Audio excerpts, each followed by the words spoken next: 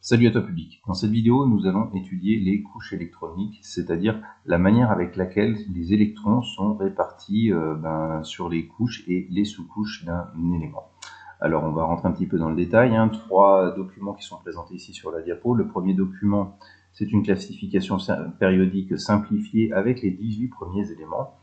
Et ces 18 premiers éléments, on va en retrouver une partie dans le document 2 avec leur numéro atomique. Je te rappelle, c'est le nombre de protons qu'il y a dans leur noyau, ainsi que la configuration électronique de chacun de ces éléments. Alors quand on regarde ces configurations électroniques, on voit ici en rouge du 1s, et puis un petit 2 en exposant, ensuite en vert du 2s2p avec des chiffres en exposant.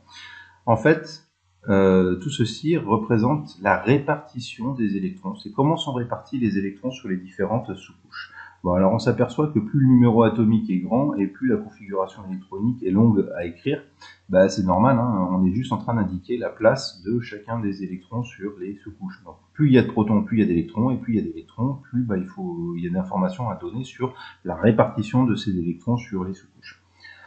Le troisième document est à mon sens le plus intéressant des trois. On va le lire ensemble. Les électrons d'un atome se répartissent en couches électroniques, notées 1, 2 et 3, elles-mêmes composées de sous-couches, notées S, P, D et F. La configuration électronique d'un atome décrit la répartition des électrons sur les différentes sous-couches. Alors moi je compare ça souvent en classe à un parking, sur lequel un parking à étage, et chacune des couches représenterait un étage.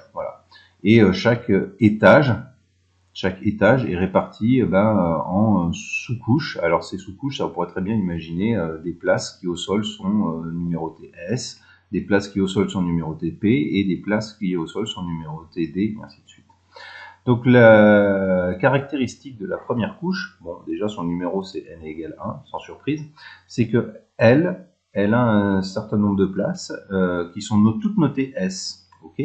Donc ces sous-couches, cette sous-couche S, elle ne peut accueillir, d'après ce document, que 2 places.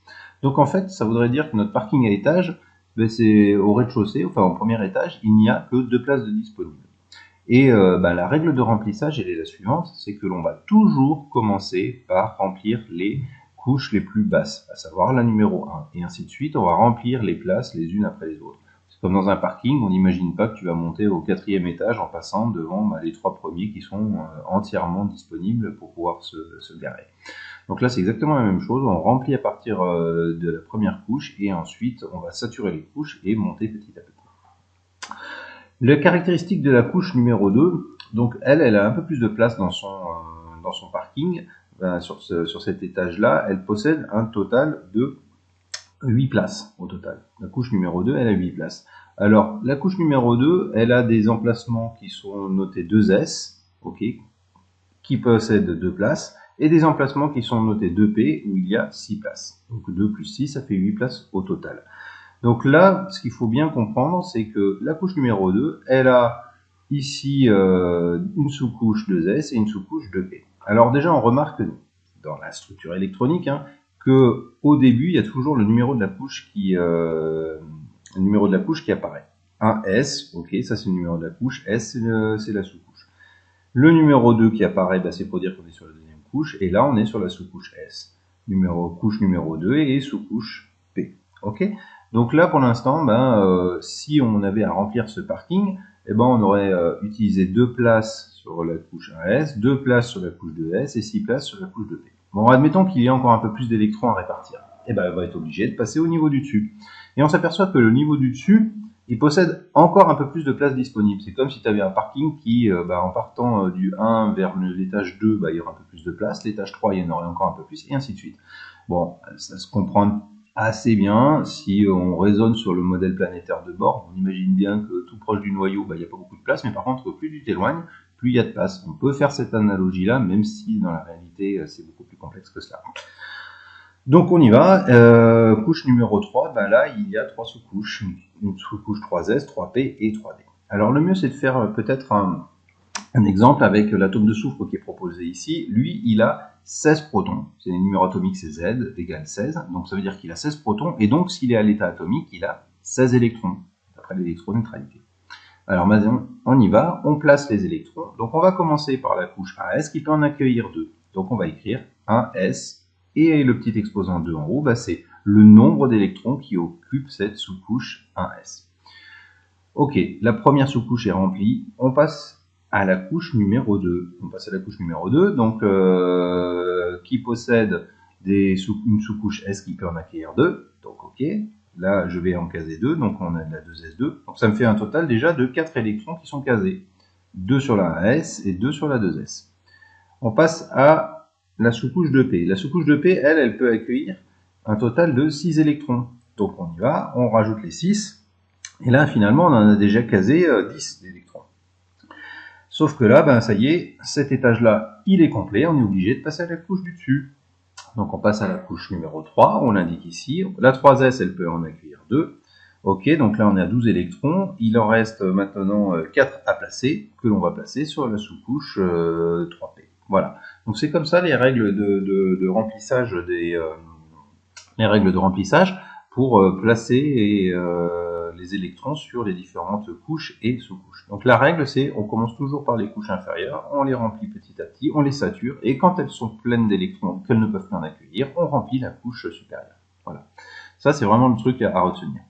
Après, il faut s'entraîner. Hein. Si on prend l'atome de bord, il a un total de 5 électrons, avec son numéro atomique Z égale 5. Donc on met 2 électrons sur la couche 1s, 2 électrons sur la couche 2s, ça en fait déjà 4 de casés, il n'en reste plus qu'un. Donc sur la sous-couche 2p, il y a un électron. Voilà, ça c'est le mode de raisonnement qu'il faut adopter.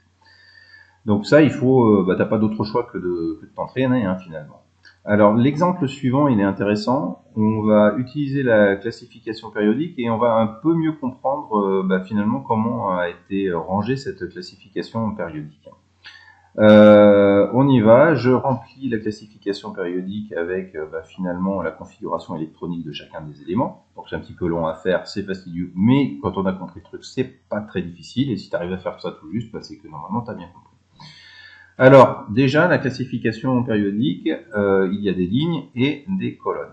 Les lignes, on appelle ça des périodes. Alors quand on regarde la première ligne ici, on s'aperçoit que cette ligne-là correspond au remplissage de la couche 1s. 1s1 avec l'atome d'hydrogène, 1s2 pour l'atome d'hélium. Et là, finalement, avec l'hélium, on arrive à un élément qui a saturé sa première couche, la couche numéro 1. On est obligé maintenant si on a un élément qui a un peu plus d'électrons, on est obligé de passer à la couche numéro 2. C'est le cas du lithium.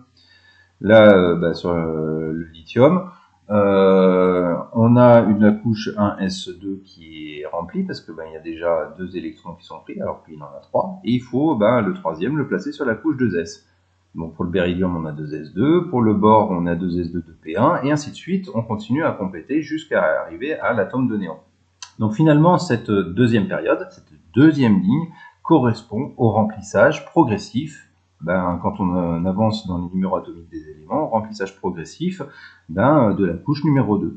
Le premier ici, il a un électron sur la couche numéro 2, et puis le dernier, finalement, il y a 8 électrons au total sur la couche numéro 2. 2 sur la 2s et 6 sur la 2p. Ok, donc à partir du moment où on veut parler d'un élément qui va avoir, mettons, un électron de plus, à savoir le sodium, on est obligé de remplir la couche 3s. Donc finalement, on s'aperçoit qu'en ligne, ici, on a tous les éléments qui ont la même dernière couche en cours de remplissage. Voilà, c'est la dernière couche remplie. Elle est en commun avec tous les éléments qui sont sur la même période. Maintenant, ça c'est un raisonnement en ligne. On peut très bien raisonner également en colonne. Quand on regarde ici l'hydrogène 1s1, le lithium 2s1, le sodium 3s1, et finalement on s'aperçoit que quand on raisonne comme ceci, tous les éléments qui sont dans la même colonne ont le même nombre d'électrons sur leur dernière sous-couche, et je dis bien sous-couche remplie. Regarde, lui c'est la 1s1, là c'est la 2s1, lui c'est la 3s1, où il y a un électron. Si je change, je vais prendre par exemple celle-là, la colonne des halogènes. Là, on est à 2p5 et ici, on va être à 3p5. Donc là, c'est concrètement, tous ces éléments qui sont dans la même colonne ont le même nombre d'électrons sur leur dernière sous-couche. Alors, on va le voir dans une vidéo juste après. Ça, c'est très très inhérent. Finalement, ça va beaucoup impacter leur réactivité chimique. Parce que on se doute bien qu'au niveau de la chimie, c'est pas le proton qui va forcément faire le boulot. C'est quand on regarde un atome, c'est d'abord l'extérieur qui va rentrer en contact, entre guillemets, avec d'autres éléments. Donc c'est vraisemblable que ça se passe au niveau des électrons, et c'est ce qu'on va montrer dans une autre vidéo sur la liaison covalente. Donc que des éléments qui soient classés, comme on a pu le voir en classe, ou que tu as pu le voir sur d'autres vidéos, qui sont classés dans la même colonne, et les mêmes, des propriétés chimiques qui sont très proches, ben ça c'est lié au fait qu'ils ont le même nombre d'électrons sur leur dernière sous-couche. Voilà. Donc on poursuit avec une autre question qui était posée dans le cours. Indiquer le point commun des configurations électroniques des atomes et des éléments appartenant à la même ligne, puis ceux appartenant à la même colonne. Donc ça c'est une synthèse de ce qu'on vient de dire sur la petite classification périodique remplie là. Donc tous les éléments qui sont placés sur la même ligne de la classification périodique ont la même couche de valence. C'est la dernière couche remplie. Cette couche de valence, ça c'est encore du vocabulaire qu'il faut également intégrer. Tous les éléments du même colonne de la classification périodique ont tous le même nombre d'électrons sur leur dernière sous-couche remplie. Voilà, c'est ce qu'on a vu sur le cas de l'hydrogène, c'était la S1, le lithium c'était la 2S1 et ainsi de suite. Déterminer et placer le symbole de l'élément dont l'atome a pour configuration 1S2, 2S2, 2P6, 3S2 et 3P2. J'ai oublié le 3 à cet endroit-là. Bon, c'est pas grave, tu le rajouteras. Il suffit de compter le nombre d'électrons. 6 plus 4, 10. 2 et 2, ça fait 4, ça nous fait un total de 14 électrons, donc il faut trouver l'élément dont le numéro atomique est Z égale 14. Alors c'est parti, on y va, on le prend, le numéro atomique, voilà, il est ici, c'est le silicium. Ok. Donc lui, c'est notre élément inconnu dans la petite présentation que je suis en train de te faire. On y va sur la dernière conclusion. Donc les Z électrons d'un atome se répartissent sur des couches électroniques, notées 1, 2, 3. Ok. Elles sont composées d'une ou plusieurs sous-couches. Alors là, c'est le petit schéma que j'aime bien. La première couche 1, elle est composée d'une sous-couche 1S. La couche numéro 2, elle est composée d'une sous-couche 2S et 2P. La couche numéro 3, elle est composée d'une sous-couche 3S, d'une 3P et d'une 3D. Donc les S, elles ont 2 électrons au maximum, les P, elles ont 6 électrons au maximum. Les électrons se répartissent dans les sous-couches sur leur ordre déterminé. Lorsqu'une sous-couche est saturée, les électrons restants occupent la sous-couche suivante, puis si nécessaire celle d'après. Ok, voilà. Donc ça c'est vraiment le truc à retenir et à bien comprendre. Pour Z inférieur à 18, les électrons de valence, donc ça on l'a déjà vu dans la vidéo, sont ceux qui occupent la couche électronique de nombre n le plus élevé. En gros, c'est la dernière couche remplie, quoi. Cette dernière est appelée couche électronique de valence. Sa configuration électronique se nomme configuration électronique de valence. Alors, pourquoi est-ce que c'est si important, cette dernière couche? Comme je l'ai dit il y a 2 minutes, c'est ce qui va déterminer finalement des caractéristiques communes en termes de réactivité chimique des éléments qui sont dans une même colonne. Donc, les éléments de la dernière colonne de la classification périodique possèdent une stabilité énergétique très importante. Ils ne réagissent que rarement avec d'autres matériaux. Ce sont les gaz nobles ou les gaz rares. Alors quand on regarde ici leur configuration électronique, je vais afficher celle-là, les gaz rares ou gaz nobles, je vais prendre l'hélium, ils ont leur dernière sous-couche saturée. C'est le cas de l'hélium ici. C'est aussi le cas du néon, ils ont leur dernière sous-couche complètement saturée. Pour le néon, c'est de la 2S2, 2P6. Voilà. Donc là, leurs sous-couches sont saturées et leurs couches également. Règle de stabilité, ça on va le revoir dans une autre vidéo. Au cours d'une transformation chimique, les atomes tendent à obtenir la même configuration électronique que celle d'un gaz noble, c'est-à-dire une configuration électronique de valence de duet ou en octet. Alors ça veut dire quoi? Ça veut dire que les éléments, ils vont avoir tendance à soit récupérer des électrons, soit à céder des électrons pour avoir la même structure électronique que les gaz rares qui sont ici. Alors si je reviens sur un exemple précédent, rapidement, je prends le fluor. Alors, je ne sais pas si tu te rappelles, quand il passait à l'état d'ion, il se transformait en ion fluorure. Ok. Le fluor, lui, quand tu regardes sa dernière couche, donc on est à Z égale 9. Pour le fluor, c'est de la 2S22P5, ok, 2S22P5. Il lui manque un électron pour complètement saturer pour que cette structure électronique ressemble à celle du néon. D'ailleurs, la structure électronique, elle est donnée ici, tu vois, c'est de la 2S22P5. Ok, très bien. Si maintenant je prends le néon qui est ici, lui, il a une structure électronique 2S22P6. Donc finalement, notre fluor, il lui manque un électron. Donc il va le récupérer d'un élément extérieur pour se transformer en ion fluor F-. Et dans ce cas-là, s'il récupère un électron, sa configuration électronique, ça sera de la 2S22P6. Et donc il aura une configuration électronique similaire à celle du néon, et ceci va lui assurer une stabilité plus importante. Voilà. Bah écoute, j'espère que tu auras compris cette vidéo et que ça t'aura aidé à avancer un tout petit peu dans la compréhension de ce cours. Et puis je te dis à très bientôt sur la chaîne.